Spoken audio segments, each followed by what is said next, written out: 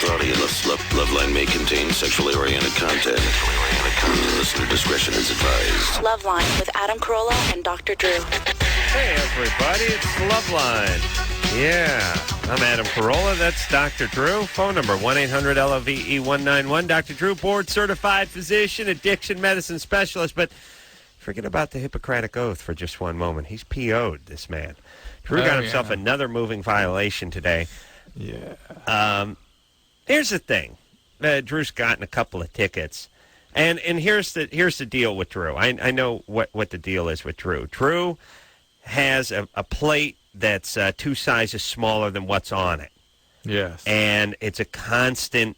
Your guy doesn't say no to things. Your guy's very driven, who's very motivated, and that means you're literally on the run. You're right all the time. You're moving your ass. You start your day 20 minutes in the hole, and you never make it up. Right. And the only way you can make it up is in between gigs. The travel stuff. Appointments, whatever. And then I got a fast car that sort of calls me to that. It beckons. Beckons that, requires that. Right. It's not, if you shift under $5,000, it doesn't feel like it feels like you wasted 60 of the 80 grand. That's right. That's right. You got to peg that red line but this had nothing to do with speeding. Drew was driving. You were in Hollywood? Hollywood on Franklin. Is it Franklin? It was down to Hollywood. Going to Highland.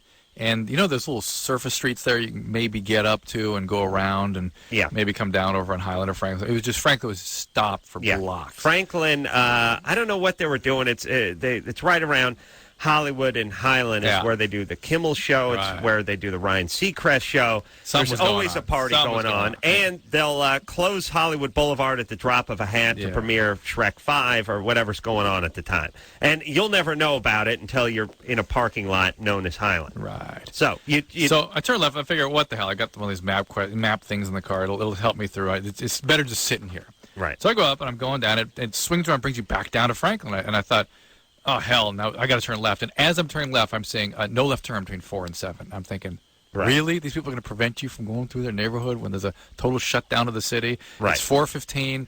Oh, Jesus. And it's a one-way street. And I figured, and I saw it, and I thought, am I gonna back up? I'm gonna kill myself. I'd make the turn. Right. And then I see up ahead just a troop of cops just waiting. They just sit there and wait. Ticket riding party. Just waiting. Yeah. And I thought, and still I'm thinking, should I back up?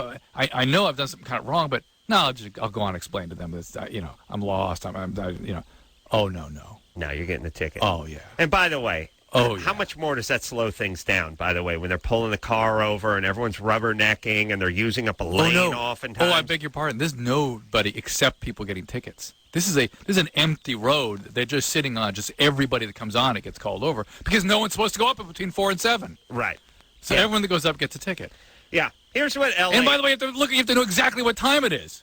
And L.A. is basically here's how L.A. works. Chicken S. Here's Hollywood has joined Burbank. Oh no. Yes. And by the way, I don't know the name Burbank anymore. I only respond to Rape Bank because that's the official name of Burbank joined now. Rape Bank. Here's what goes on in Los Angeles and the Valley. There's zero public transportation. There was many years ago, but the oil companies and the tire companies and GM, they all conspired to get rid of all these rail systems we had in the 30s and 40s. They got rid of it all. They made everyone a slave to their automobile. Mm-hmm. And then they went in for the kill. Now they realize there's a huge population in Los Angeles that has no choice but to use their automobile to go everywhere.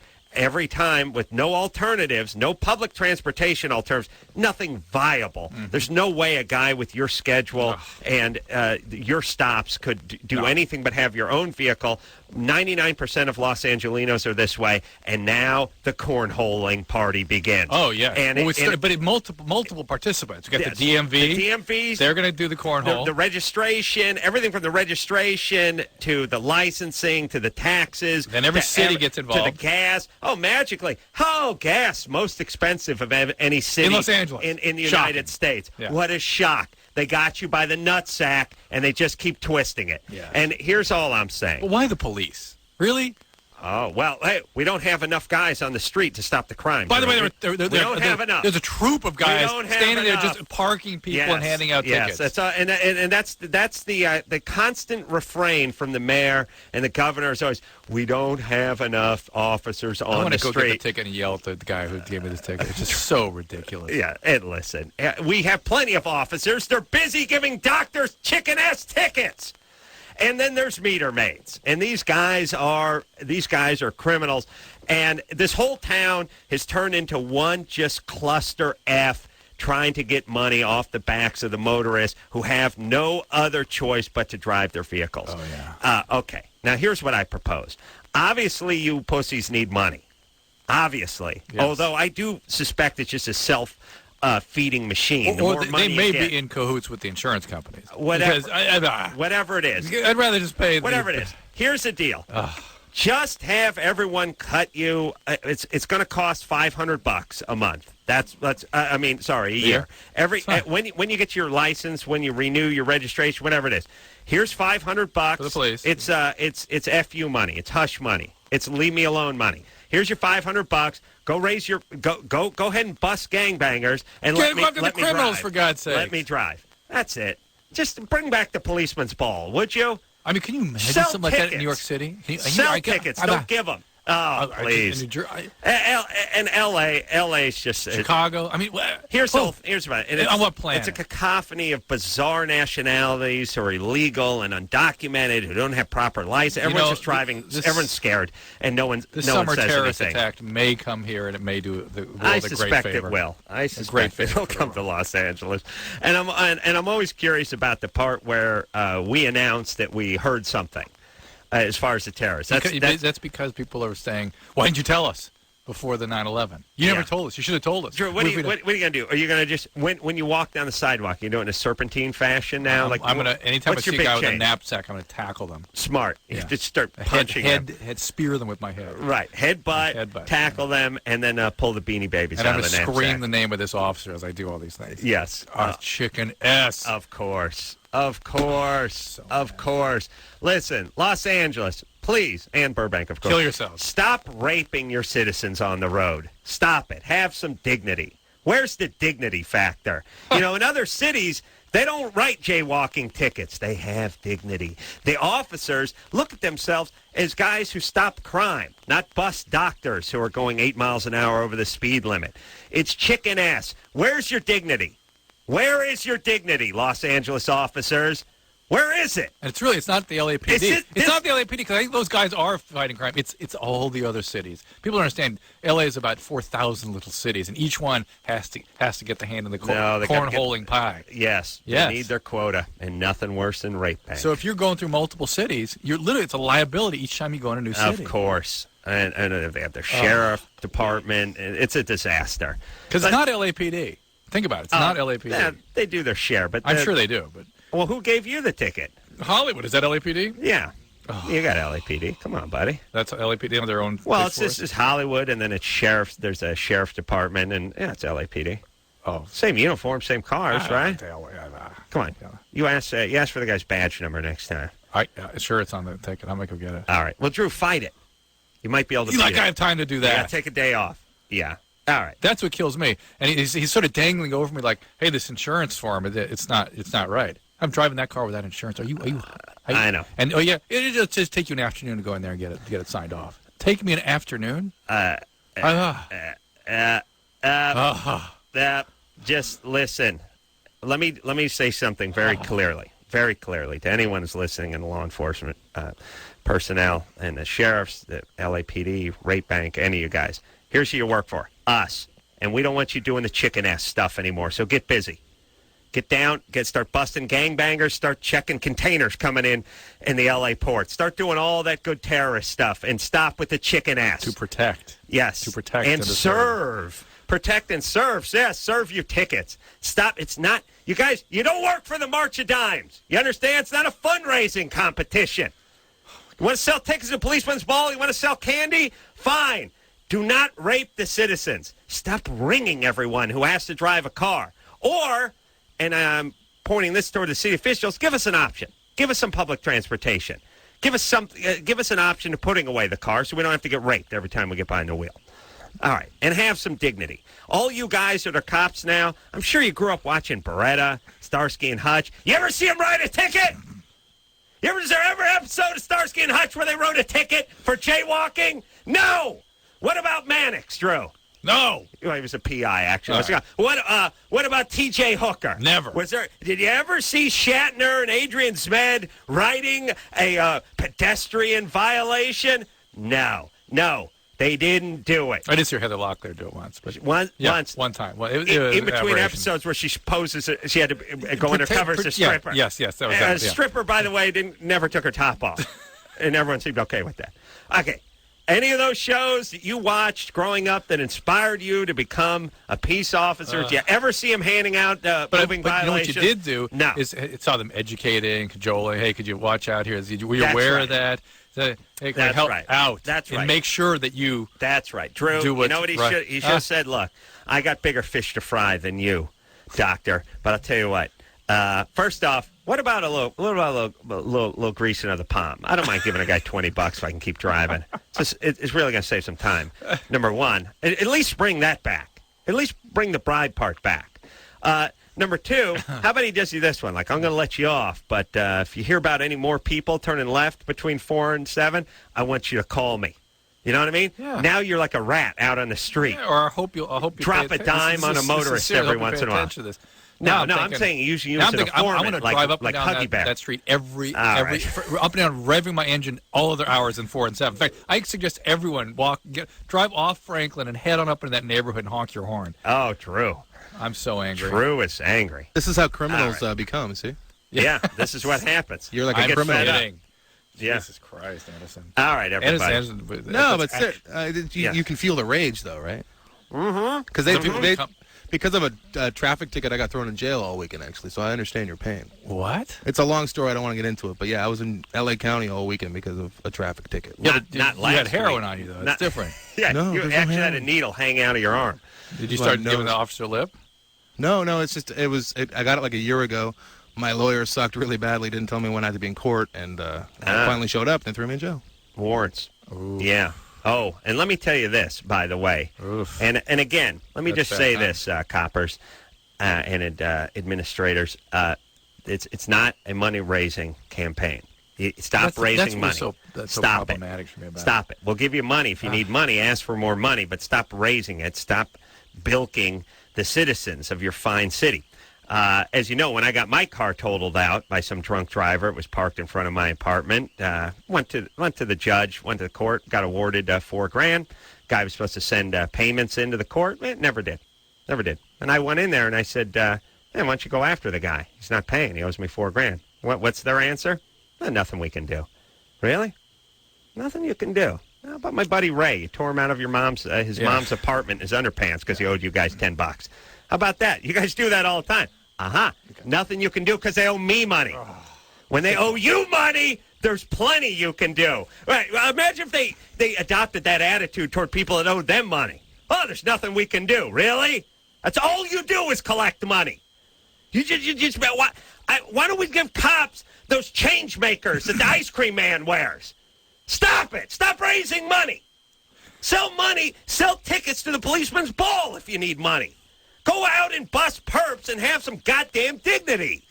Stop it. Let me be clear. Jesus Christ. Anderson. And listen, everyone does this too. They go, well, it's not the guy on the street, it's the captain back and the whatever. Let me tell you something else I learned from watching a lot of Starsky and Hutch and a lot of T.J. Hooker. Those guys never did what their captain said. The captain told them, "I want you off this case. This is too personal for you." And what T.J. Hooker say? Don't worry about it. I got a score to settle. And he'd storm out of the thing. And then later the guy'd yell, "I'm going to lift your shield for that, Hooker. I got the mayor, the DA, and the city council crawling up my ass." He played by his own rules. But he played by his own rules. And listen, you guys don't have quotas, right? So don't write any tickets then. All right, but let me be clear. Anderson, I'm not actually suggesting people who drive off Franklin. I'm kidding. That is, be very clear. No, but I'm saying that your anger is that's where it all starts. That's when the cops are against you, and then you go against the cops, and that's it's like right. you feel Next the rage. thing you know, I didn't. You're on the roof of the studio with a hunting rifle. It's just yelling top of the world, Mom. Yeah. And by the way, I've never felt that way. ever about Drew's police. outraged. Ever. All right. Well, listen, we all respect you guys, but we'd respect you more if you didn't hand out the chicken-ass tickets all day long and you got to work. And by the way, leave the prostitutes alone, too. We don't care about them. I'm going to make a list one day. Look, I spoke to the citizens of this city. We don't care about the prostitution. We don't care about the guys gambling on football, and we don't care about the jaywalkers. Here's what we care about. Holdups at the 7-Eleven, gangbangers, and ATM holdups. That's what you go after. All right? Body armor and banana clips, too, while you're at it. Yeah. And by the way, if some guy tries to flee in his car, don't chase him around for 4.5 hours until you hopefully run out of gas. And by the way, I think if I'm going to invent like a tanker truck that can pull up next to these guys and refill them, so we can keep these car chases going on in perpetuity. It would never end. They could circle the globe. Great entertainment value. Yeah, look, feel free to bump these guys and spin them around or throw the spike strip out. As a matter of fact, free reign on the guys. Hey, if you try to flee, do what you want to him. Put a few bullets in the back of his head. All right. Here we go. Jeremy? Yes. You're 23? Yes.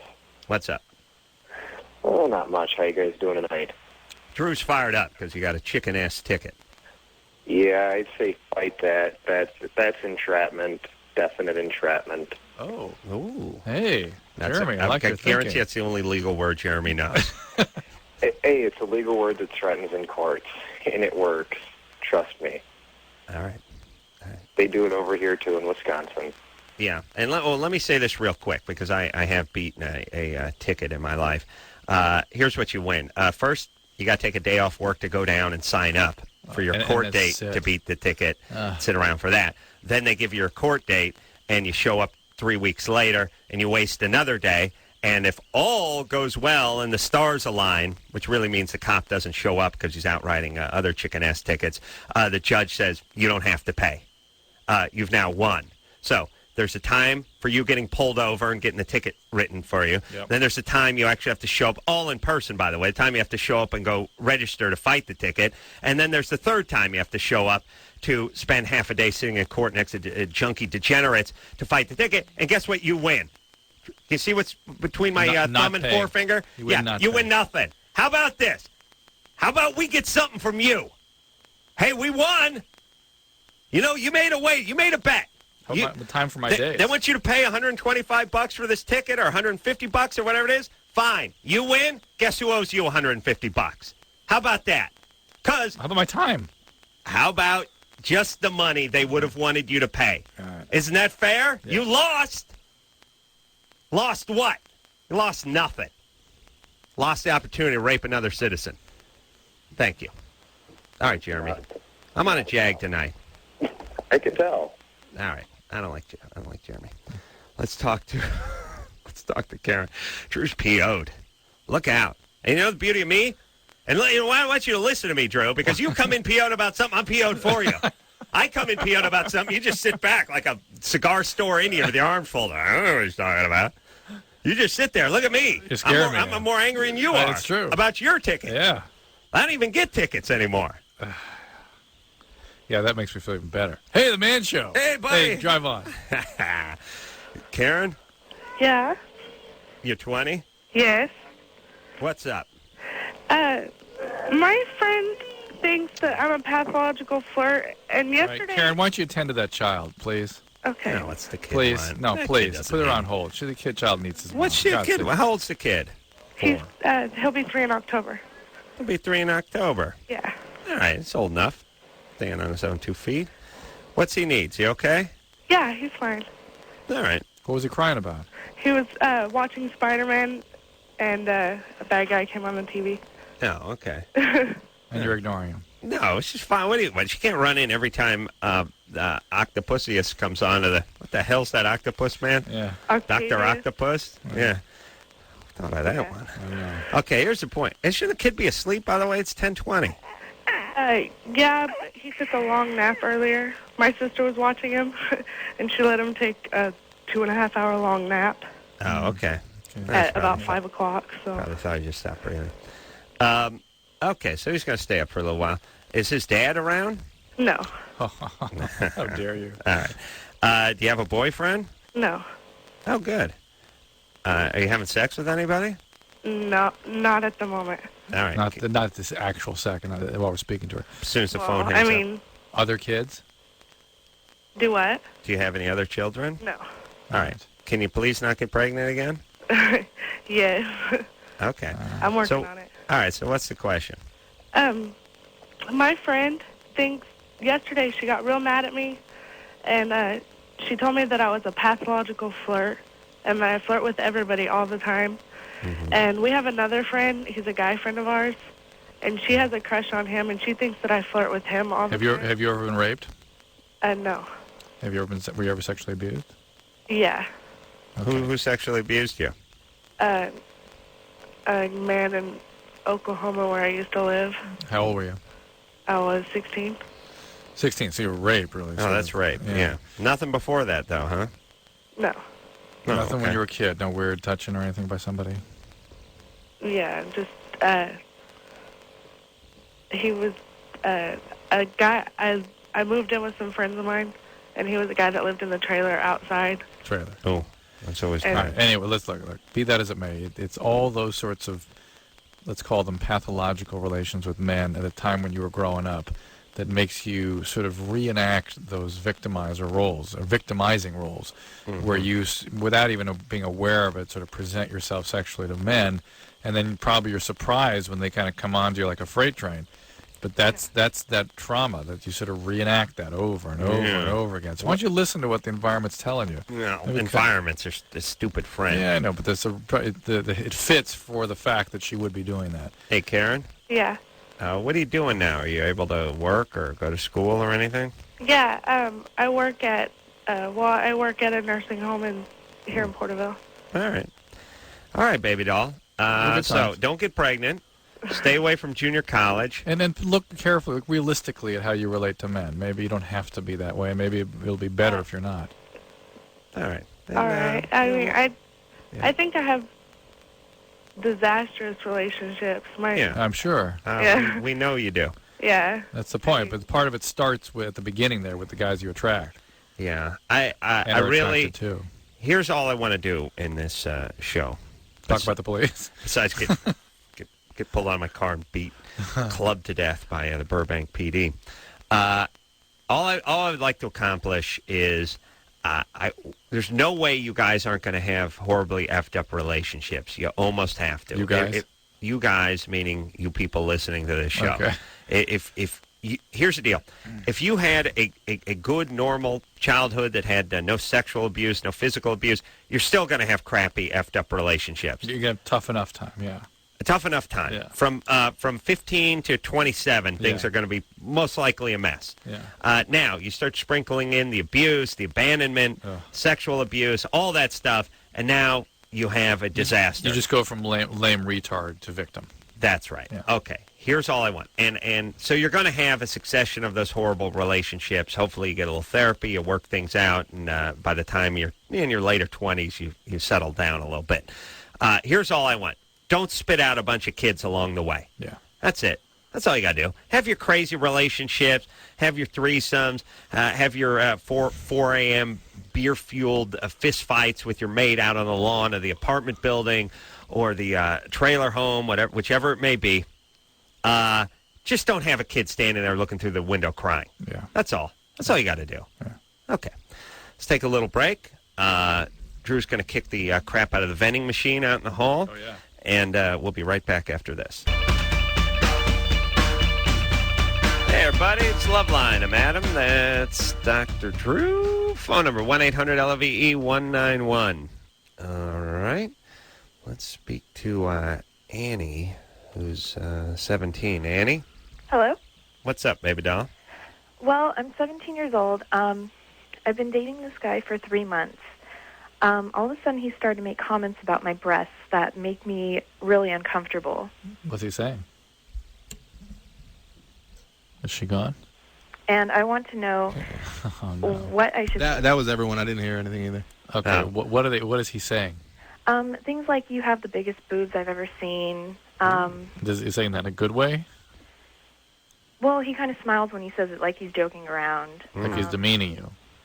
I'm sorry? No, he's joking around, but he's meaning it, too.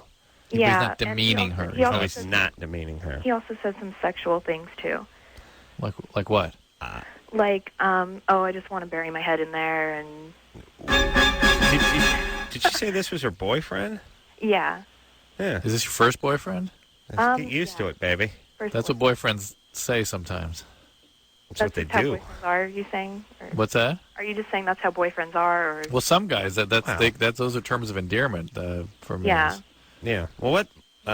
Because it's important. What size are the boobs? 38D. 38D. And how's the rest of you doing size-wise? I could stand to lose some weight. Mm-hmm. Well, so he's accentuating the positive. I guess you could say that. He's focusing on. I haven't thought of it that way, but. Well, you got to look at it this way. I mean, let's just let's be blunt here. The one good thing, or one of the only benefits that getting a big ass is a big set of jugs. Okay. And he's focusing on the positive part of the weight. Okay. And he's picking the part that you got that seems to be the best, and he's looking it straight in the eye and he's saying how to do. He's introducing himself to your boobs. How do you do? How old is he? He's 17. All right. And have you guys had sex? No. No. Has he seen your boobs? No. Oh. Are you sure he's your boyfriend or? Well, yeah. I mean, we've talked about it. About being boyfriend. We've had the talk about girlfriend, boyfriend. Yeah. Uh-huh. And are you a virgin? Yeah. Okay. Is everything okay? Right now, as far as at home, or weird history, anything that. My mom passed away when I was 9. Yeesh. Yeesh. Is he all right from that? That's the only hard thing in my past. Are you okay from that? I'm sorry? Are you all right from that? Are you still having problems? Or? I have a history of depression. I've struggled with it. Mm-hmm. And you've never had a boyfriend? No, this is my first boyfriend. Why do you think that is? Well, I don't know. I have a lot of people tell me, like, oh, you should have a boyfriend, and you're so friendly and nice and things like that. Yeah. And I never felt that way, that a guy would like me. So I don't really pursue guys actively. So this guy kind of was pursuing me, so I kind of just went for it. Well, you like him? He's a jug man. Yeah, I like him. All right. Well, he's your age. You like him. You haven't had a boyfriend. It's all good. You're coming out of your depression. Really. Yeah. Don't look for excuses. I mean, tell him. You can have that weird conversation where you go, "Hey, I find that disrespectful." It demeans me. I feel uncomfortable. Yeah. On the other hand, if he's screwing around, leave him alone. Okay. All right. That's everyone. Don't look. I don't know where everyone gets this. I imagine having decent parents would do it, but I don't think I've ever told anyone in my life, like, "Hey, don't go there," or "Take that back," or "Don't talk about that." Well, by the way, that's a very aggressive thing to do. It is profoundly aggressive. What is?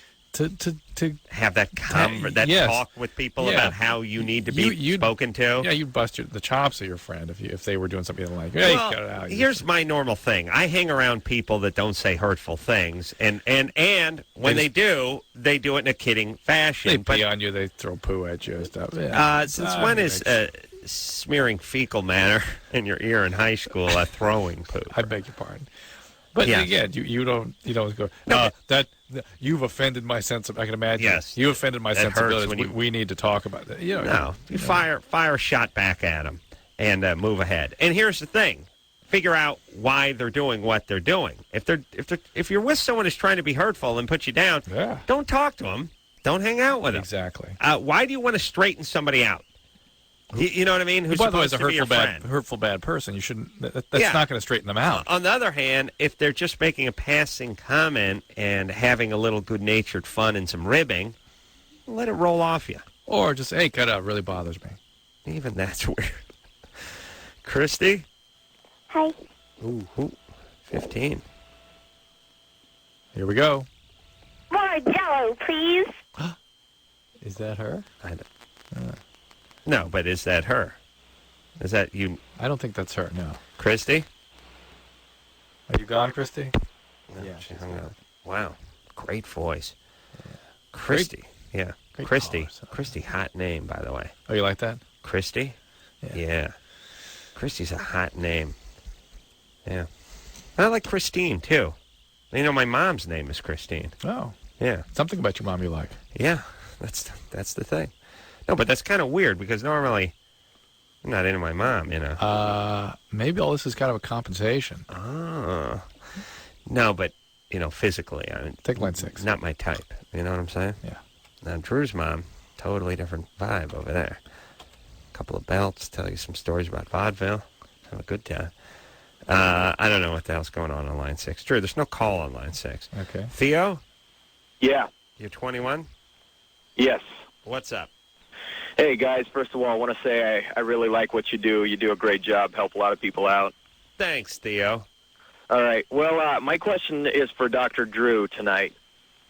I'm 21. I've been with this girl for about 4 years, and everything's been pretty good with our relationship. It's just recently I've started feeling like really irritable around her, and I'm feeling like I kind of emotionally shut down when I come around her. Right. When we're apart, I'm at work and stuff. I miss her a lot. You know, I think about her, but what kind of work do you do? What kind of work do you do now? What kind of work do you do? I'm an interpreter. Mm-hmm. I work for the Oregon State Court. I'm a legal interpreter. Huh. Uh-huh.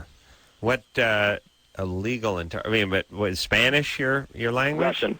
Russian. Wow, interesting.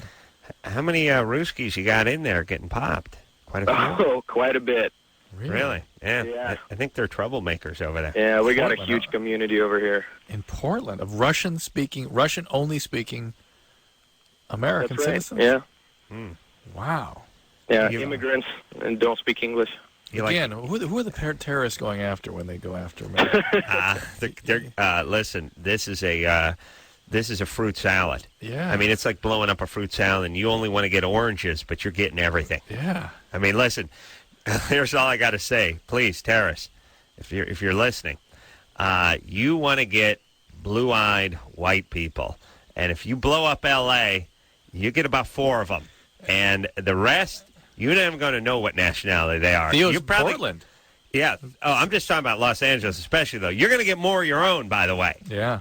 You drop a dirty bomb in Los Angeles, you'll get more people from the Middle East than you would if you dropped it in Baghdad. Yeah. Absolutely. Probably true. Thank you. So just let that. Now, Orange County, that's a different situation. Just a heads up to the terrorists. A lot of whiteys out there. All right, Theo. And that's your target, right?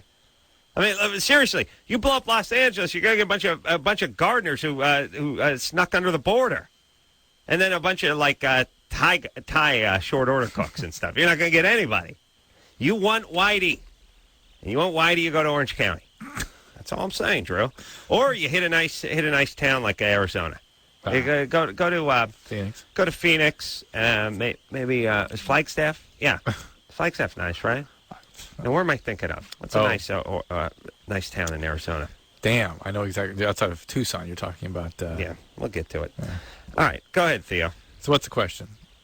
So basically, I just wanted to ask you how I can help myself get over that and start connecting with her again, or what do you think might be causing this? You're 21. You've been with this girl since you're 17. Those relationships normally don't last a lifetime. Oh, yeah. And it may just be you're kind of wrapping it up and kind of packing it in. And when you do emotionally, you of course grieve that. It's a real loss. It's a major part of your life. It's almost a fifth of your life was spent with this girl.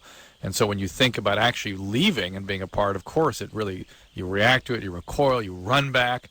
But I think you're in a sort of a phase where the reality is you're kind of packing it in. And it's a very painful thing when you've been with somebody since you're an adolescent. I see. So I don't want to tell you to do that, but I suspect that's what's happening here. Hey, do you like Yakov Smirnov?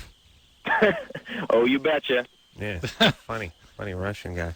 Yeah, Theo talks just like him. I'll bet he does. And no accent. Where'd you learn to speak Russian? Well, I'm actually from there, and I've been living here for about 12 years now. So wow, that's why no accent. It's got to be a cushy gig, that interpreter gig. I'd like to do that. But this is a big Russian immigrant population in Portland. Interesting. All right. Yeah, there's about 150,000 altogether. What attracts Russians to Portland? I don't know. I think in conjunction with the big immigrant population in Vancouver, Washington, which is right over the Columbia here. I think a lot of people just come where their families are, you know. And I guess strange enough, it's a little like the sort of environment up in northern Russia too. A lot of those Reds get into trouble with the booze, right? That's right. A lot of DUIs and that. A kind lot of of DUIs. You called it. Yeah, because listen, how are you supposed to tell people who've been driving? Well, first off, we're .08. Here's the whole thing about this country. We have rules. No, this country is really thought of as a country with more laws than any other country, and laws that intrude in every aspect of our life. We have billions of laws, everybody. Other countries don't have that. No. How are you supposed to tell some guy who for 50 years... Since the advent of the automobile. No, I just mean his own personal life. Personally, yeah. He's been living in Mother Russia for 50 years. He's driving around with a bottle of Smirnoff between his legs and no seatbelt on, doing God knows what to a hooker in the passenger seat, probably 13-year-old hooker, you know. Nice. And all of a sudden, well, that's how they do it. I'm not judging. That's what they do. Yeah. Don't judge. You got guys, first off, in Russia, their culture. By the way, .08, that don't mean S. Those guys are at .08 at lunch on a Tuesday. When they drank on Monday.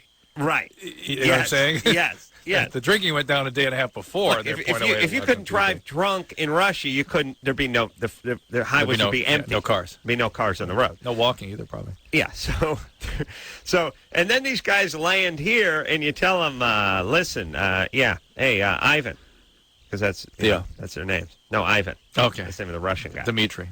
Yeah, Dmitry. Those 2 beers you drank, that's illegal. The guy's like, 2 beers? I was just cleansing my palate for the 5th of vodka I was about to drink. What are you talking about? I'm not drunk. Tell that guy not to get behind the wheel? Are you kidding me? All right. Let's take ourselves a little break, Drew. Yeah. We'll be right back after this. Hey,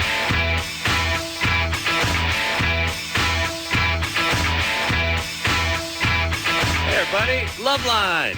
I'm Adam. That's Dr. Drew. All right. We did a little research, and the places now, if you're listening, terrorists, if you want to blow up. And like I said, I don't want to break it up into a racial thing. You know that's not my style, Drew. That's not what I'm about. But you guys want Whitey. So let's face it. And I know you think I'm exaggerating when I'm saying, look, walk down a street in Los Angeles, see if you can find a guy who speaks good English. I mean, Drew, seriously. Yeah. Am I exaggerating? No. If you just drove through Hollywood or Los Angeles, stopped at a random gas station, went in and asked for directions. And then just started walking. And just start walking just and talk talking to the people. guys behind the counter. That's stacking the deck. Just start walking down the street. Okay, just start walking down the street. Yeah, okay. So that's my point. Yeah. You guys don't know. So you think Los Angeles, a bunch of blue-eyed Aryan types. No. There's nothing. And we got stuff you don't even want to. We don't even know what they are. So we're thinking we got Ethiopian, we got Filipino, we got everything but white. So we're Me and Drew, only 2 white guys in Los Angeles. Yeah. Yeah. So all I'm saying is terrorists. You want Whitey? You go Scottsdale, Arizona. North County, San Diego. San Diego's not. Yeah, that's good. It's a little close. Oh, yeah. I know I suggested Orange County earlier. Oh yeah, I'm off of Mission that. Viejo. Yeah, I don't even. Yeah, the winds could carry stuff. Yeah. You go Prescott or Scottsdale, Arizona. There you go. Those are your. That's ground zero for you guys. All right. Sleepy towns. Here we got cops all over the place. Sure, they're writing tickets, but and we don't know. There'd be a huge relief if you exploded something here. Yeah. It would. There'd be more people would be happy about it. It really would. Yeah. You hit Prescott or Scottsdale. It's Arizona. It's nice. And by the way, it's good if you have any kind of sinus condition or anything. It's a good climate. Christy? Hey. Weren't we just talking to a 15-year-old on line one named Christy? Different Christy, though. On the same line? Yeah. Interesting. What's up, baby doll? You're 18. Yeah. I've been going off with my boyfriend for about 2 years. And I told him that I wanted to be a stripper. And when we first got together, he was like, yeah, that's cool, you know. Sure. But lately he's been telling me that I'm, like, really fat and all that. So I was just wondering why he's doing it. That's what you call keeping them down. Mm-hmm. So you won't become a stripper. Yeah. Steady diet of verbal abuse. Their self-esteem is lowered sufficiently, so they want to take their Why do pants off. guys do that, though? Because he gets jealous. He doesn't want you to be a stripper. Huh. Are you a Mormon? No. Okay. And 100% with that. How do you look in the nude? I'm 5'7", and I weigh 135, so... Yeah. You look good? Yeah, And what kind of stripping you want to do? Topless or totally nude? totally nude.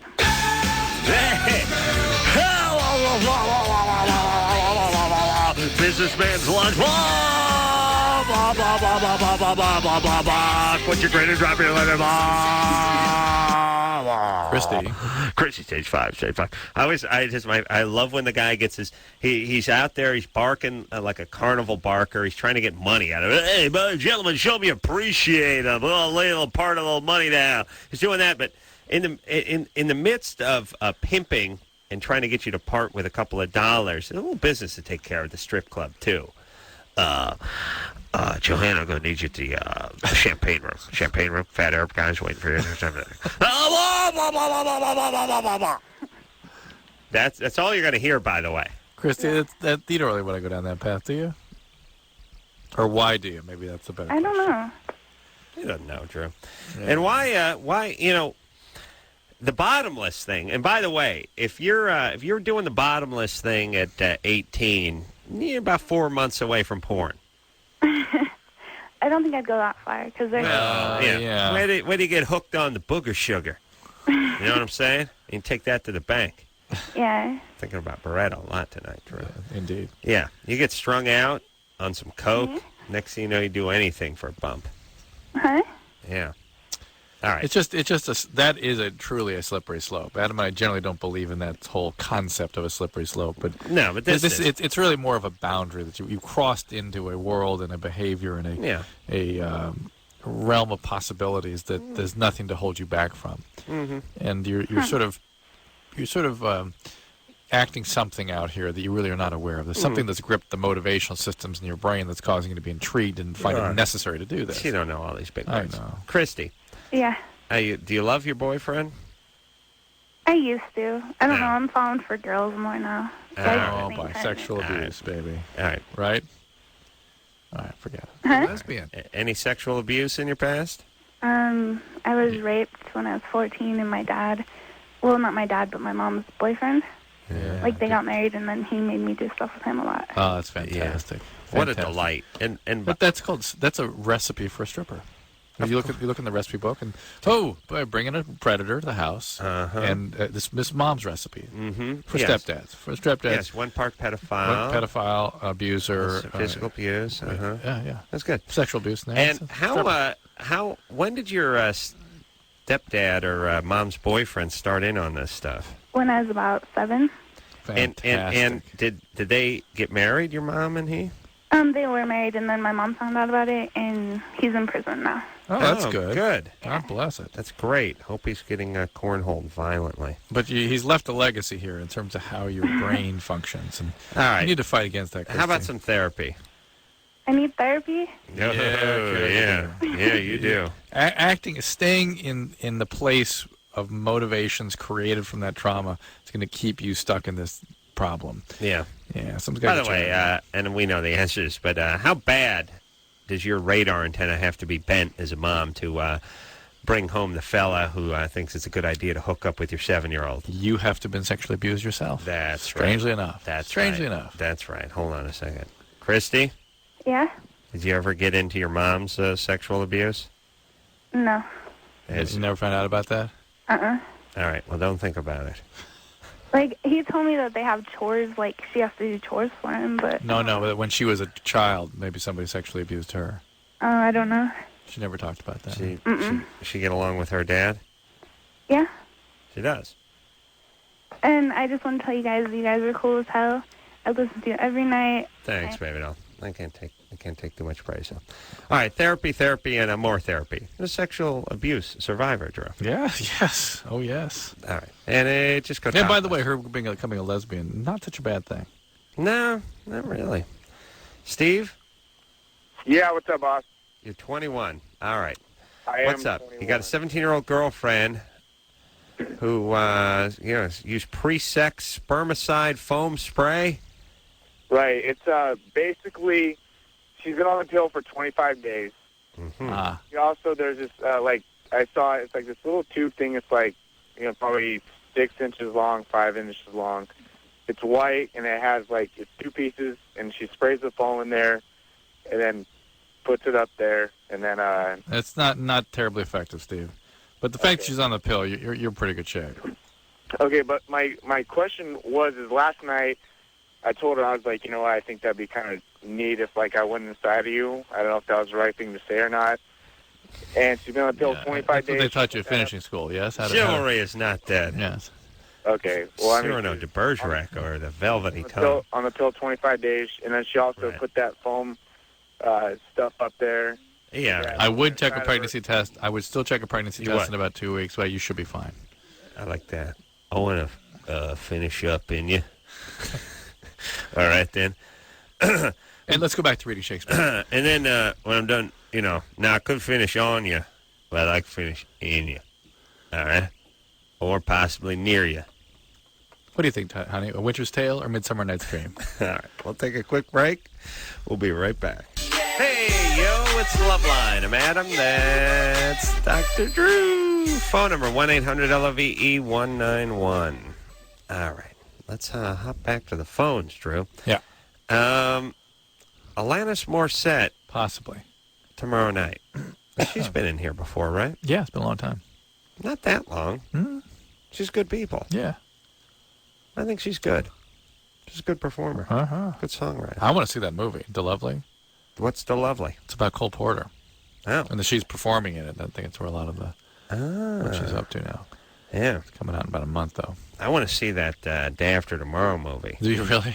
Anything that has to do with big floods and meteors hitting the planet, I love it. When they show, and what they're able to do now with the CGI stuff is incredible. But when they, first off, any stuff that has to do with high seas, I love. When they show like a tidal wave hitting the Statue of Liberty, I go nuts. Yeah.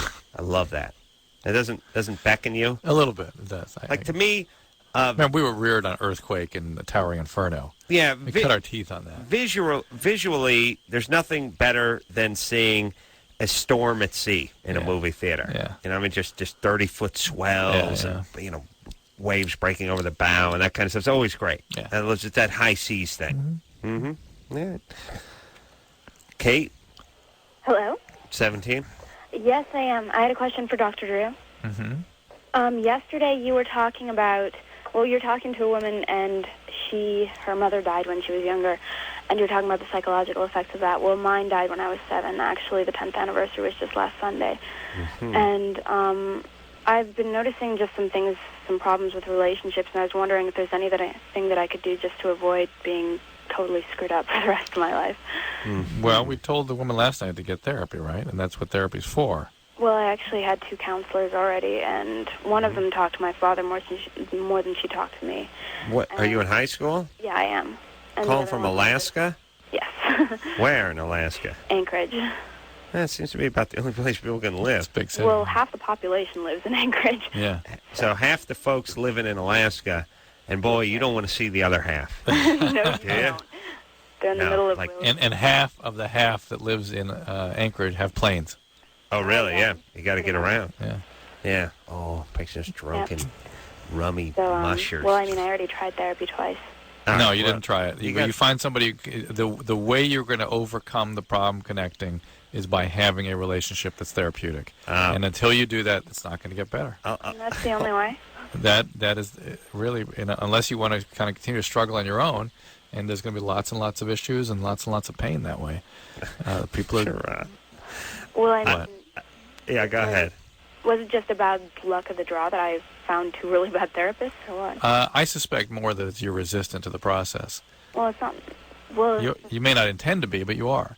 And you can make it work. What's that? The first one talked to my father more than he talked to me. I understand, but you're going to find something like that with every single one. That's called resistance. Yes. You're going to find a reason not to like, a reason not to open up, because there's some very painful issues that you'd rather not get into. Yeah. I'm just picturing like... all right, here's your Alaskan therapist, Proud Bear. Nanache. Yahe.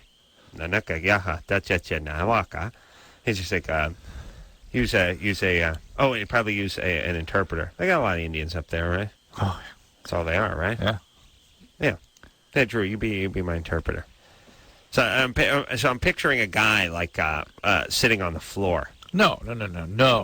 He'd be a guy with with a huge bear head with a big bear skin down his back. Yeah, and but giant rattles, a big dream catcher. He's not on a sofa, though. He's on the floor.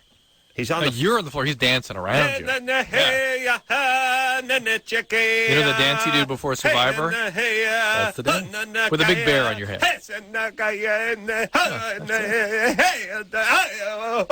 How dare you? Yeah, he's dancing around. Desecrating the Native Americans. Trying to get the spirits to come out. I'm just picturing what an Alaskan therapist is like. Yeah. He's probably got a guy who can translate. At the very least, he'll have braids. I'm thinking you translate. Katie? Katie, I'm going to do a little translation for you. I'm going to be your Alaskan Indian therapist. Drew's my translator. Uh-oh. Waha. It's not your fault that your mom died when you were 9. I know that.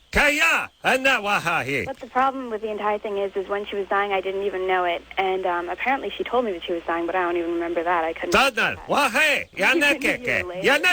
You didn't want to hear it. You didn't want to hear it. I know that. I know it was pretty much a defense mechanism, but I mean, one morning I woke up and I went downstairs and she wasn't there. It must be very painful. Yeah, it sucked pretty badly. And the thing is, her grave is halfway across the world, so I can't exactly. Why over there? Why halfway across the world? She died in Europe. She died over there because that's where we came from. So.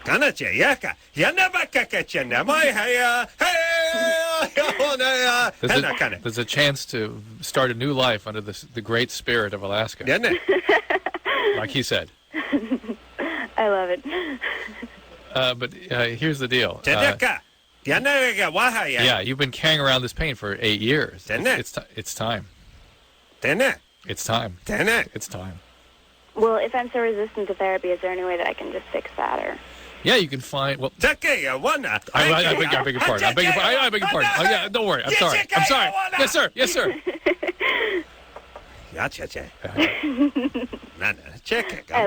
Yeah, you need to find yourself potentially just a nice, intimate friendship. We could help you with this. Okay. Just being able to be close to somebody, if you're willing, if somebody's available in a real way to you. Should it be a guy or a girl? It doesn't matter. Adam Carolla. It doesn't really matter, but there was this guy named Adam Carolla. What?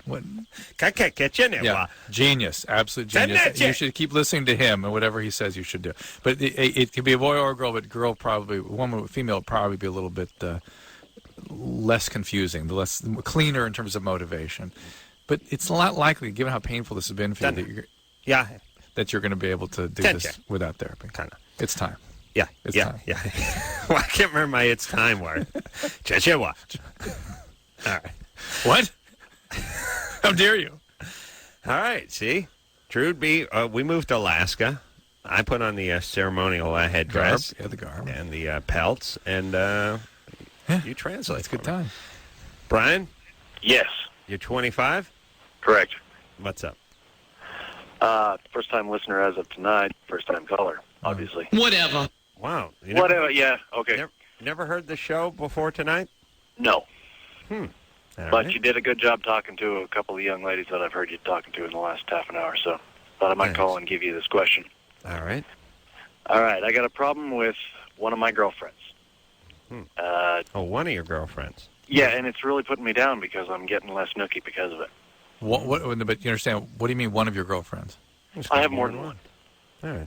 And you have a certain... Brian said jack off. No kidding. All right. He's calling from Reno. Most guys are idiots who live in Reno. Yeah. I was explaining that yesterday.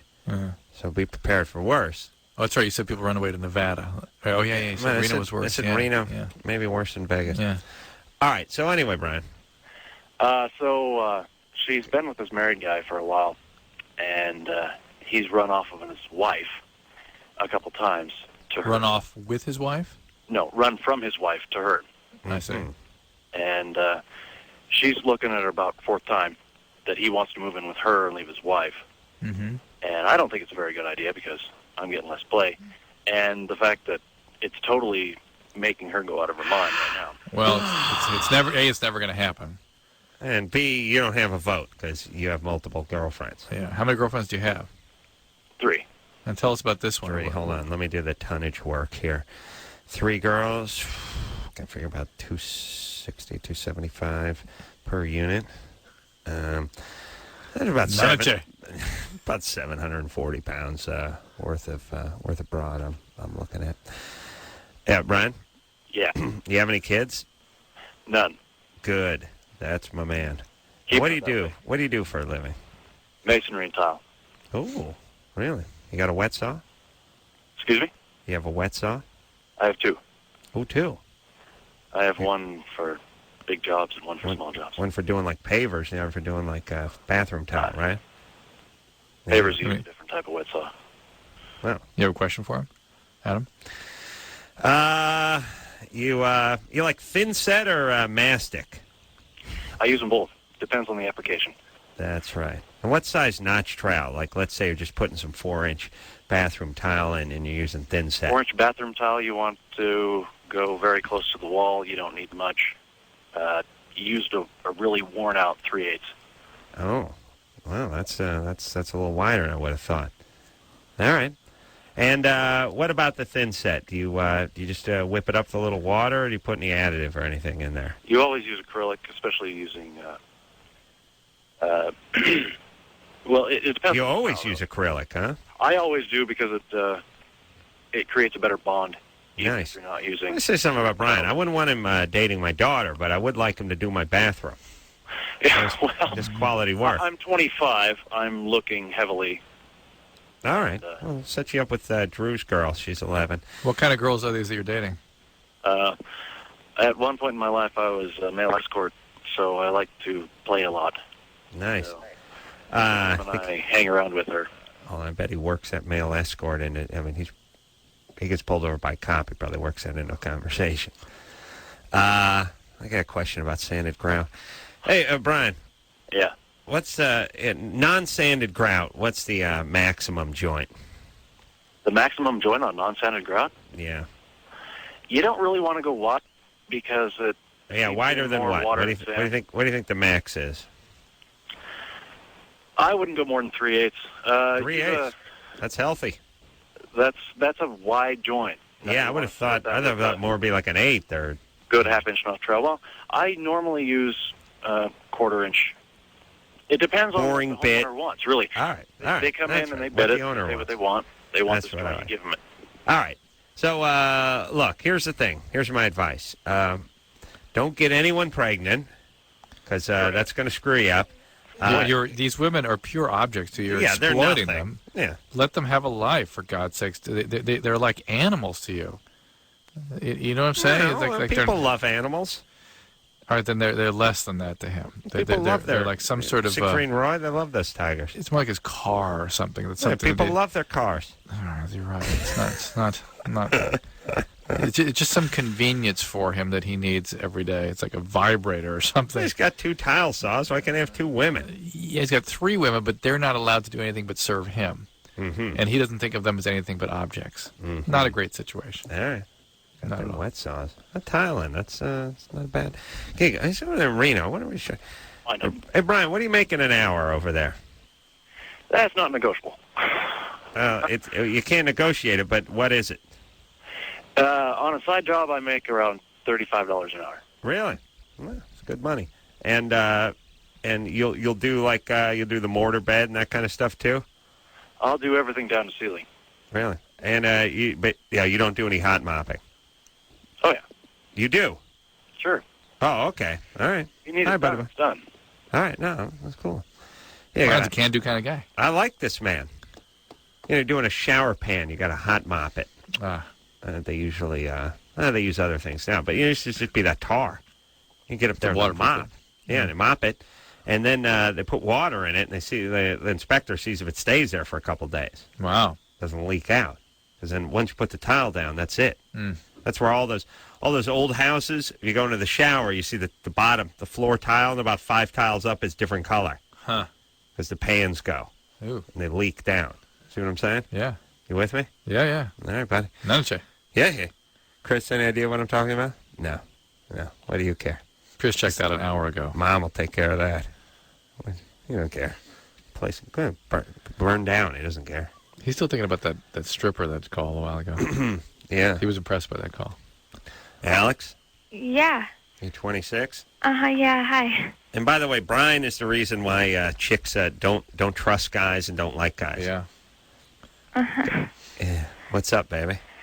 Well, my boyfriend, we fight a lot, and he always tells me that he's going to have sex with his ex-girlfriend whenever we fight. I like that. I threaten to beat off and cry. And Threaten? Just go right ahead and do it, don't you? Well, no, he doesn't do it, but it just kind of like bothers me. Like I don't know if he, I mean, does he want to? How old is he? He's 28, and that they have a kid together. He sounds like an ass. He sounds like an ass. He really does sound like a jackass. Yeah, he's but a 28-year-old guy, 28-year-old father. Yeah. Threatening to run back and have sex with the old lady.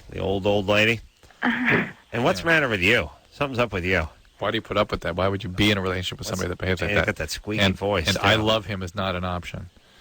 I think it's because my dad has always been kind of mean to me. Yeah. There you go. There you go. What do you mean mean to you? Well, just very like critical and like putting me down and You got to keep it going with a guy just like Dad. Hey, I don't like this guy. Yeah, but how do I like stop? You dump him. Realize when. For one of the things you can do is if you accidentally get involved with a guy, the two things you can do: don't go out with the guys you're super attracted to, because people you're very attracted to are going to be this guy. It's never going to work. A. Yeah. B. Go with somebody that's moderately attractive to, and if he turns out to be like this guy, leave immediately. You've got to just not put up with this. Okay, it's just weird. It's like a weird like compulsion or like addiction. It's like it's a compulsion, and he knows it too, and he knows you're like a junkie, and he's holding. Yeah. Yeah. What's he do for a living? Right now he works for his uncle, like installing thermostats, stuff like that. Right now. Yeah, right now. That's the worst. Alex, there's a perfect opportunity for you to leave Orange County before Adam directs the terrorists to do something horrible there. Alex, you're white, right? Yes. And what color's your boyfriend? He's white. Now, there you go. There you go. There you go, Al-Qaeda. Two whiteys over there. Go get them. Yeah. We got no such luck here in Los Angeles. Right. I mean, maybe you get Drew if he stopped getting a ticket or something, but that's going to be about it. All right, baby doll, break up with this guy. I don't trust him. Okay. All right. Sure, And by the way, he's got baggage. He's got a kid. I'm sure he's the world's crappiest dad. Mm-hmm. Number two, he's got a gig with his uncle installing thermostats. Right now. I mean, that's a Class A loser there. Right. And let me tell you, let me explain how things work, Drew. You having a crappy job at the ripe old age of 28 is bad enough. You using nepotism to get that crappy job means you'd be in the joint if it weren't for your uncle. I mean, that just means basically you just hit the gutter and slid and was nice enough to have your uncle grab you before you slid off the edge of the roof. Yeah. Thermostat for the uncle. Yeah. Got a kid threatening to go back and have sex with his old girlfriend. Just and she knows he's abusing her. She knows it. It's not that she's not aware of it. She is. Yeah, everybody. Dump everybody, would you please? Yeah, but good times. Have a good times. Melissa? Hi. You're Adam, 19? like you always say. Huh? Takes all kinds. Or, as my Indian therapist likes to say, Yahe Yanacheka. Good times. It takes all kinds. That's right. See? I was wondering if you're going to get the cadence. Melissa? Yeah. What's up? I found a hard, sore lump in my right breast, and I'm only 19, so I'm wondering, like, what it could be and if I need to get it checked out. You do need to get it checked. Usually that's just fibrocystic breast. Those are normal things. They can be influenced possibly by caffeine, nicotine, that sort of thing, chocolates. Oh, boy. A little gas fly there. But there can be other things, too. There can, of course, be tumors that would be rare at your age. There can be infections, mastitis. You haven't been pregnant recently or anything like that? No. Yeah. Okay. So you get checked out, but don't freak out about it. Okay, yeah, I'm getting all nervous about it. No, they might want to do an ultrasound on it, but that'll be it. Okay. I bet you. All right. All right. But good times, right? Good times, yeah. All right. Yeah. Alex, San Diego. Shh, don't tell him. Alex, I didn't direct the terrorists towards San Diego. I said Orange County, and then I revised that to Prescott in Scottsdale, Arizona. Yeah. What's happening, Alex? What's up, dude? Long-time listener. Your show. Oh, that's good. Thanks, buddy. Good times. Takes all kinds. Yeah, Mr. Spirit, Mr. Wizard. Long-time Hesher too, by the way. He dropped the F-bomb, so we had to hang up on him. Let's try to get him back, though. No, come on. The guy spit out the F word. How long was he on the air, Drew? 20 seconds. Now, go ahead and deduct 2 seconds for the time it took me to put him on hold. He got the F-bomb out. It's about 17 seconds into the call. You understand? It's true. Am I boring you, Mr. Pinsky? No. Okay, well, you stop never, yawning. never, Stop never, yawning. never. How dare you yawn? All right. People are screaming out in the hall. You want to take a break? Yeah. Freaks out and gets over emotional when he fights with his Let's collect boyfriend. some new calls. New calls. Yeah. All right. We'll take a quick break. We'll be right back after this. Hey, everybody. It's Loveline. I'm Adam. That's Dr. Drew. Phone number, 1-800-LOVE-191. Theoretically, Alanis Morissette is going to be in here tomorrow more night. Potentially. Sorry. Yes. And then Jenny McCarthy is going to be in here on Thursday. All right. You ready to rock here, Drew? Yeah. Girlfriend wants some stuff. All right. Alex? Huh. Alex? All right. Michael? Uh-oh. No, I think we're having some phone problems. All right. Well, hold on. Let's be fair to young Alex then. Alex? Yeah. What's up? What's up, dude? What's happening, brother? This is the dude that cussed, man. Oh, it's the cussing guy? Let's finish him up. No. He's done. I didn't know it was the cussing guy. Drew, didn't I tell you we were punishing him? We did. Punished him by what? Putting him on hold for another 3 minutes? That used to be the punishment. He's an effing great caller. Let's put him on. Come on, Drew. He dropped the F-bomb 10 seconds into the call. Right. That's fine. I learned Being his such lesson. a puss. Learn his lesson. Secondly, he's been on hold less than almost anyone who's on the screen. Michael? Hi. You're 25? I am. Hey, buddy. What's happening? Well, I'm a little bit concerned because, anytime there's, any sort of excitement at all, I have, a tremendous amount of pre-cum, and the more excited, the more it is, and it's, a lot. It's pretty gross and annoying. Yeah. Drew is a man of exquisite passion and unbridled passion oftentimes. Oh, really? I would imagine It leaks. You can sympathize with things this just man. things just pour out. You cannot help it. Cannot help it. Cannot help. Cannot have. What's yeah. All right. Now, what can you do about this is the question.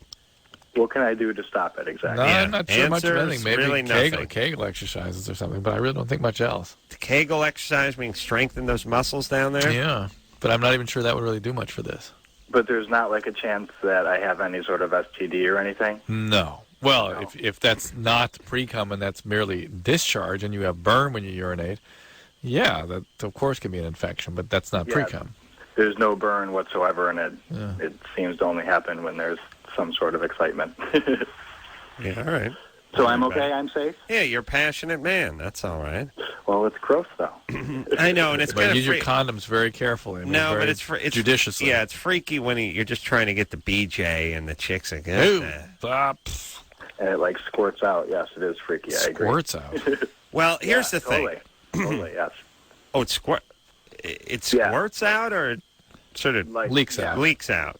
It leaks out, but when there's if someone were to take it out of my underwear, it would squirt just from touching it, basically. Hold on, I got to make a mental note. Take Michael's pecker out of his underpants. Okay.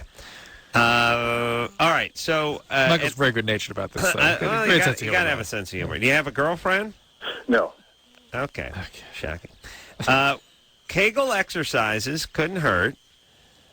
Drew, what about any of those medications that dry you up?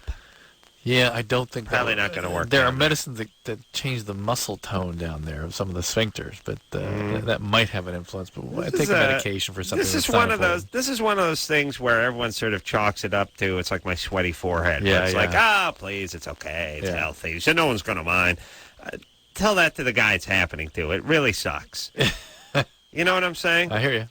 And I'm sure this is a distraction, at least, for Michael. Yeah. He's with a woman, and they're becoming intimate. Yeah. It's getting to that place. Disgusting. They're on their 5th date. All of a sudden, it's like a stain in his pants. There's dribble everywhere. I think, I'll tell you I'll tell you something that will work nicely on women, by the way. You just do that, hey, sorry, but obviously you turned me on. Right. This is just more than I can handle. You turn it into a compliment for the ladies. And I imagine if you ejaculate beforehand, there'd be a little less of this. Just on a sheer volume basis. Number 2, feel free to take a little TP and shove it down the UP. That's underpants. You see what I'm saying? Yeah.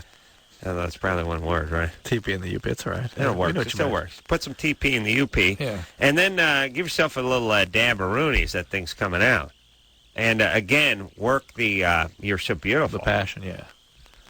Not the passion. The passion for her. Passion for her. And I think most women would really go along with that. All right, let's talk to Jimmy, who's 17. Jimmy? Hello? What's up? Oh, hey, I have a question about my drinking. When I drink, my body gets red. Like, my face gets red. Mm-hmm. Are you Asian? Yeah, I am. Asian. There's something called the Asian flush. Hold on a second. I got one of those playing Pai Gow poker. Did you? You got an Asian flush? Yeah, I was over at the is it Commerce? I was at the Horseshoe. No, El Dorado. Oh. You're on the French Riviera. Hold on a second, Jimmy. Hold on. You're calling from Los Angeles, right? Mm-hmm. Asian guy? Yeah. Hold on. Shocking. Let me find something out here. Daryl? Yeah. You're calling from Kansas? Yeah. What's your nationality? American. White guy? Yeah. All right, hold on. See what I'm talking about, terrorists? Yeah. We got Jimmy's Los Angeles. He ain't getting whitey out here. Just putting it out there. Just putting it in. Nothing against the melting pot that is Los Angeles. I'm just saying, if your mission is to kill whitey, you've come to the wrong place. Well, Jimmy, it's a really common thing that Asians get, and it actually was somewhat protective against alcoholism throughout the years. It was? Yeah, because it was hard to drink. People, they flush and they vomit is the other thing. They get sick. Why? They lack an enzyme that breaks down. But, Drew, we're all the same. You're judging now. You can't judge. Because everyone's exactly We're all exactly the same. So if Asians have this, then everyone has this. It must be. Or Asians don't have it. We're all the same, Drew. We can't judge. No one can be different. What are you talking about? No genetic differences among ethnicities, of course. Nothing.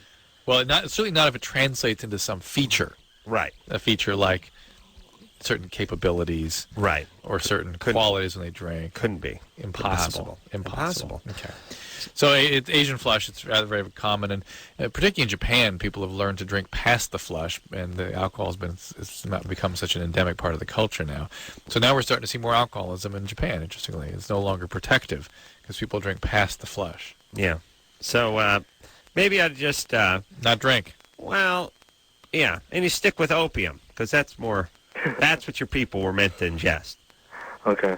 You know what I'm saying? Booze, not your thing. Opium. Now that's your thing. See what I'm saying? Yeah. Yeah. Okay, buddy. Look, you're 17. You're not supposed to be drinking anyway. Yeah, I know, but in parties, it comes up.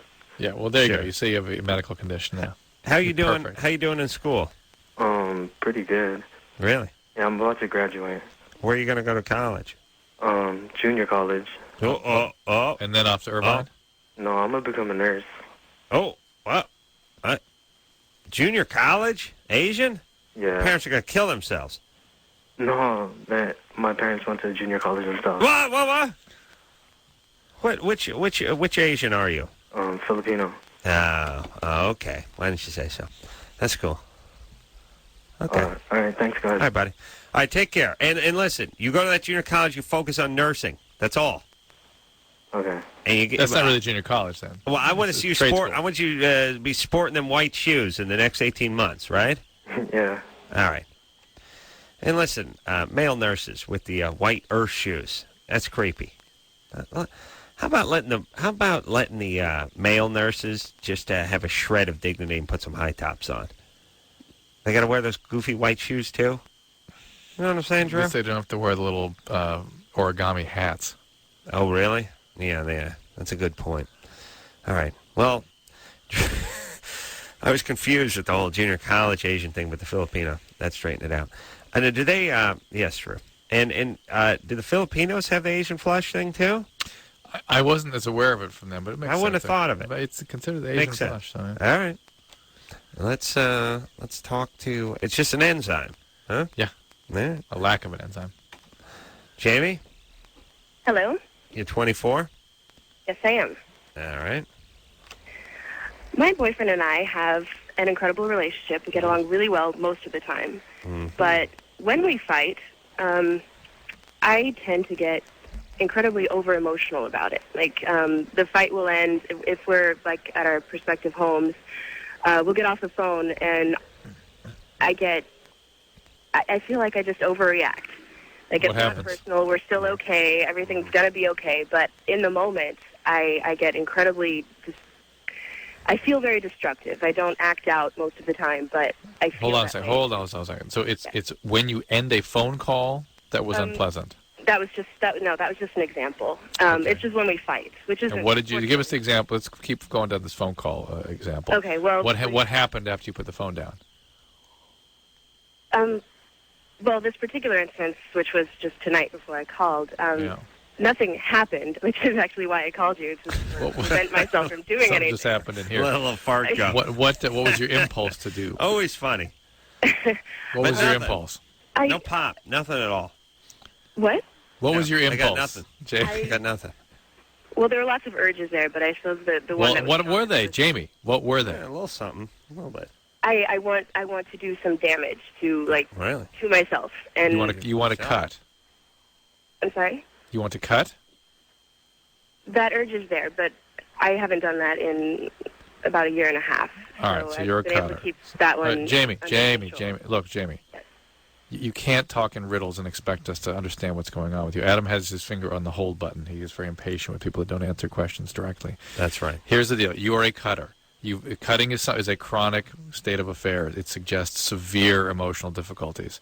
It's something you have to get treatment for. And a typical circumstance when people feel like cutting is when they feel overwhelmed, when they have intense feelings and they can't regulate the intensity and the duration of feelings. And so they're reaching for some way to manage these feelings, and you have all these intense impulses to do these crazy things. Well, they're not crazy. They're just all your brain has and all you know to regulate. You've got to get treatment so you can overcome this and actually have internal regulatory systems so you don't feel so awful all the time. Yeah. All right. Hey, now you want to talk to Mike, who's 24, 25, has had over 200 partners. Why is it whenever we talk to a guy who's had a whole bunch of partners, he's always just a colossal jack-off? Yeah. And I'm always sorry I spoke to him. All right, let's talk to Tia. It ends up being a commercial. It's like, I can't stop banging chicks. Yeah. And I would like to stop. I'd like to settle down, but, women are really attracted to me, which is sort of the subtext of the whole thing. And the guy's always an idiot. Yeah. Do you think Mike's going to be that? No, let's talk to Tia. Yes, I do. Really? Yeah, they're always that. You're right now. I got to know. Mike? Yeah, I appreciate the comment. Thanks. That's a nice comment, idiot.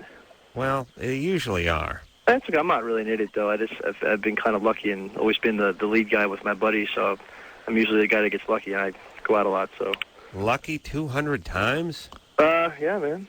Been in some good situations, I guess. Mm-hmm. But I've had two relationships for about a year and a half, 2 years that I've tried to keep as good as possible. I've been very loyal to both of them, but no fooling around on the two relationships. Not either one of them. One of them, the first one cheated on me, and the second one we had, she was very emotional. She had internal problems with her own self. I couldn't handle being around her anymore. All right. So my question for you guys is... Hold on a second. Hang on a second. What? She has... But he's describing women with some serious issues, and think who would they be attracted to? What kind of guy would they be attracted to? Lucky Mike. He's a lead man. Yeah. All right, Mike. What do you do? She was bulimic. Bulimic. Right. Yeah, it wasn't me. What do you do? Do you sell something? I work with concerts. You work with concerts? Promoter. Yeah, promoter. Oh, okay. That's selling. Yeah, I'll tell you, guys who do sort of sales, essentially, do have a little advantage out there with the chicks, is really you're just trying to sell your genitalia to them. You think about it.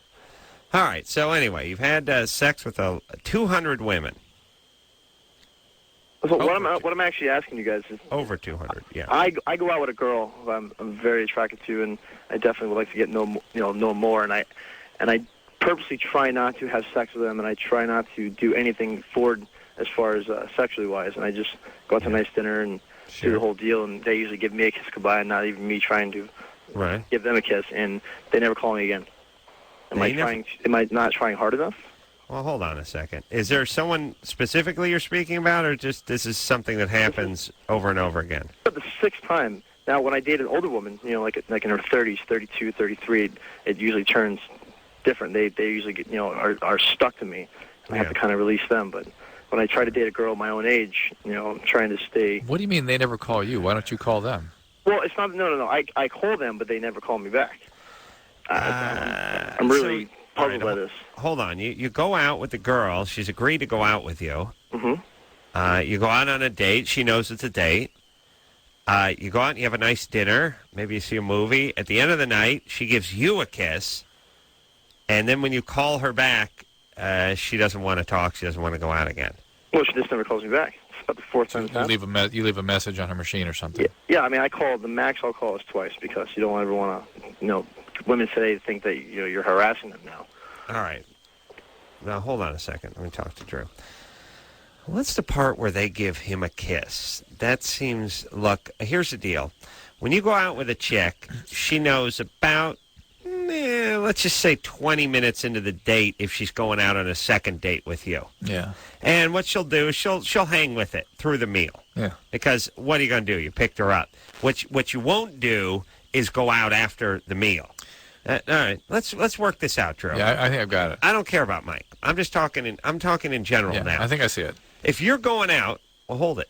Okay. Hold it to yourself. All right. Forever. Not a chick. Take it. All right.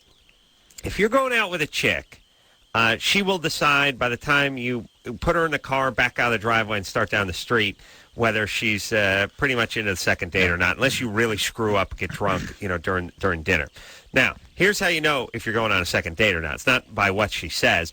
It's by what you do after you do whatever your initial thing is. If you go out and eat dinner, and then you say, hey, it's a nice night. How about we take a walk on the beach, or we get a bottle of wine, and we go up to the...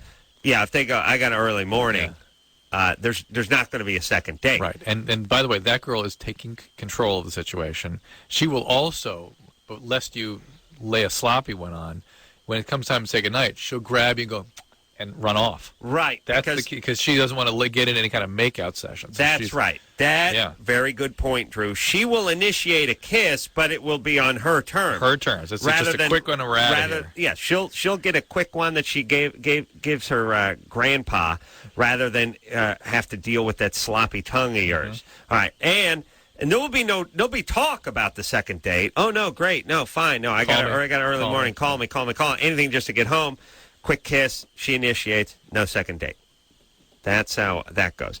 Now, why Mike, who's been able to get over 200 women in the sack, is having trouble with women that already agreed to go out with him. No, he's having trouble with some women, not all of them. It's 6 times. Yeah. And he's trying to have a relationship with the kind of women he's supposed to be with. He's a perfect gentleman. I wouldn't dare anything sexual with them. Mm-hmm. They see through him.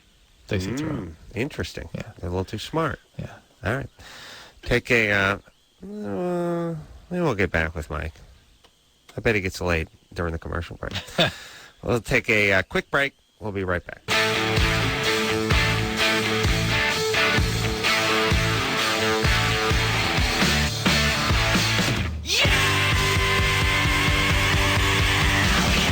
Hey, everybody. It's Loveline. I'm Adam. That's my part over there. Doc Drew. Hey, good to see you, buddy. Looking good today. 7:22 after 7 o'clock. I got traffic weather coming up. What is it? It's a twofer. What day is it? We hump day yet? Hump day, Tuesday. What are we in September? Yeah. What month are we in? September? September. Sure it's not October yet? It's great. It's great when you travel and you hear you're driving through Colorado. It's like, hey, we got a 2 for Tuesday. 2 for Tuesday, that's ours. Radio has like 6 lame ideas, and ideas that should have been squashed immediately. Like, hey, how about Rocktober? How about you kill yourself, Bert? How about you're fired? How about September? How about no severance pay now? Get the F out of here. These are the kind of ideas where the people that floated them should have been punched. Instead, they're spread all around. The radio dynasty. Yeah, like some really crappy, like a bad franchise that's made it all over the country. The world's crappiest burgers, and somehow they're in every city. Hey, we got a hump day. It's Wednesday coming up. We got a Superset coming up. We got a Rocktober and a Led Zeppelin coming up. It's 2 for Tuesday, everybody. That's what radio is. It's horrible ideas being driven into the ground. Yeah. All right. You ready to rock here, Drew? Yeah, it's Rocktober. Oh, Drew was just saying during the break he wants to go to that California amusement center park there, the Disneyland. The Tower. I want to go to the Tower of Terror. No.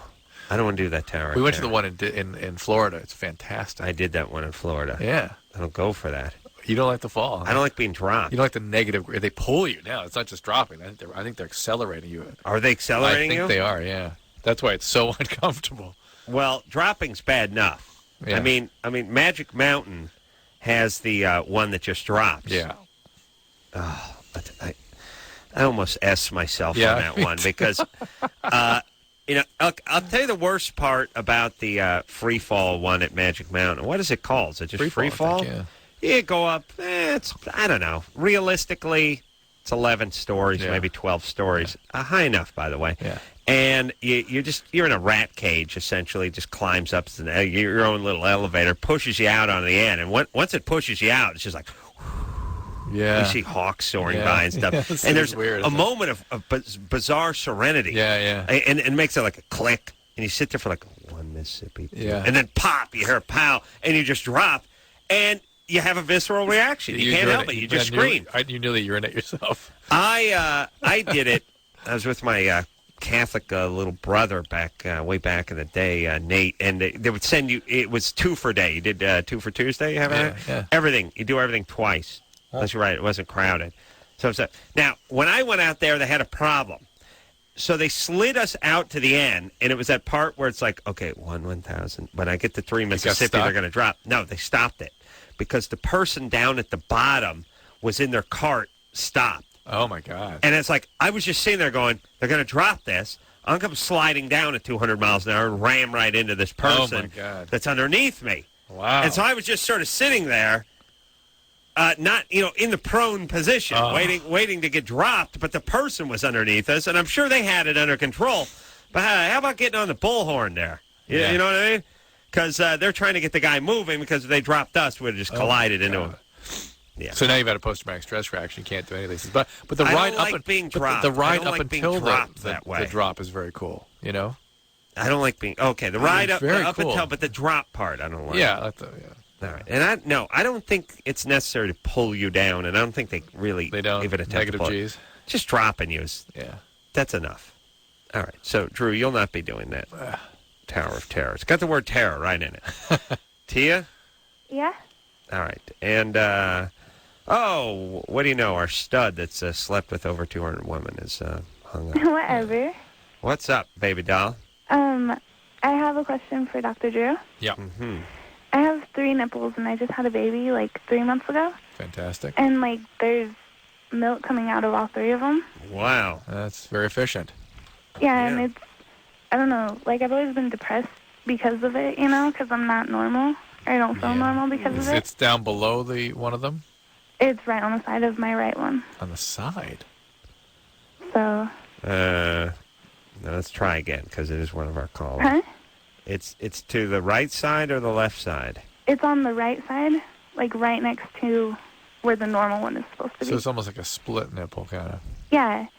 Mm-hmm. And I was wondering if it can be harmful or something. No. No?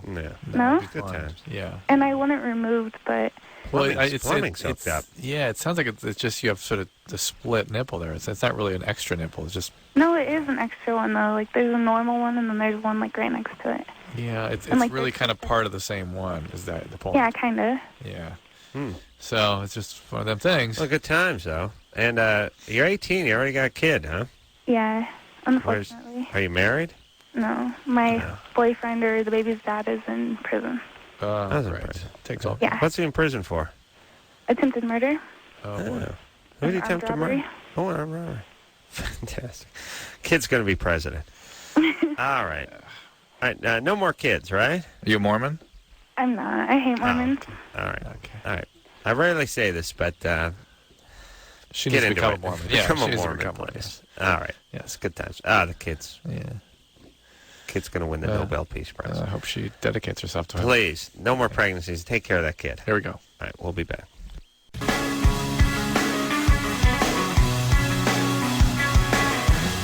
Hey, everybody, there you go. What's the matter, Drew? No, nothing. All right. Don't get defensive, dude. No, dude. Okay, Fine. guy. You okay, brother? Hey, are we cool? Not a check. Yeah, hey? All right. Yes, we are cool. We were very cool. Okay. Alanis Morissette, possibly. Yeah. Tomorrow night. So, until next time, this is Adam Carolla for Dr. Drew saying, mahalo. This has been Loveline. The opinions expressed on this show are not necessarily those of the staff, management, sponsors, or this station. The producer for Loveline is Ann Ingold. Loveline is a presentation of Westwood One Entertainment.